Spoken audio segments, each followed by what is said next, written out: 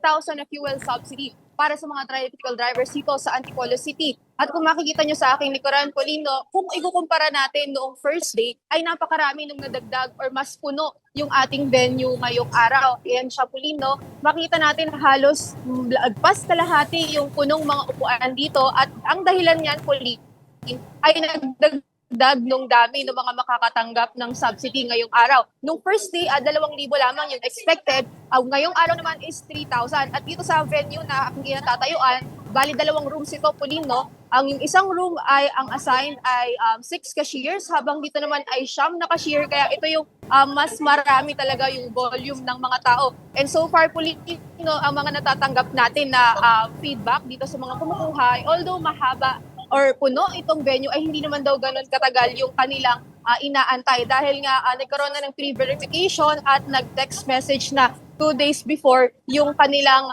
CSWD para mo-notify sila about sa schedule nila ngayong araw. And Pauline, yung iniba rin nila yung scheduling nila, no? Kasi nung first day, 7 and 1 p.m. yung mga schedule. Meanwhile ngayon, pinaikli nila yung interval, 7 a.m., 9 a.m., and 11 a.m. yung interval ng mga magpupuntang tricycle drivers. Kaya naman kung makikita natin, mas marami talaga yung volume ng mga tao. And baling ko lang sa Polino, papakita ko sa inyo yung sitwasyon sa aking likuran.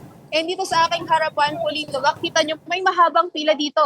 Pero hindi siya pila para dito sa subsidy, kundi pila nung mga photocopy ng kanilang mga driver's license. Dahil nga, biro nga sa atin kanina nung CSWD, mayroon pa rin daw mga tricycle drivers na either nakalimutan yung kanilang Xerox copy ng driver's license, malabo naman yung kopya, which is pinakamahigpit na bilin nila, dapat daw malinaw yung Xerox copy. So nagtayo sila dito ng photocopier na libre naman para sa lahat ng magpupunta ngayong araw, Pauline.